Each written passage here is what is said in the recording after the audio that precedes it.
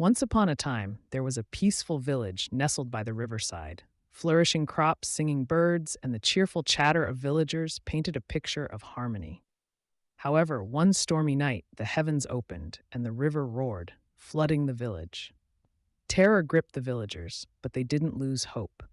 The baker, the farmer, the tailor, even the young and the old united, creating a human chain to clear the water paths and to save the farms.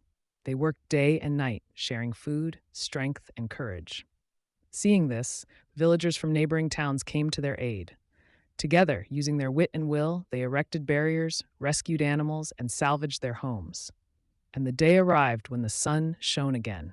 The floodwaters receded, and their homes stood tall and safe.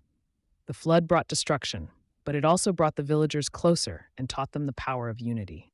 From that day, they knew that no matter how gigantic the challenge, they could conquer it if they tackled it hand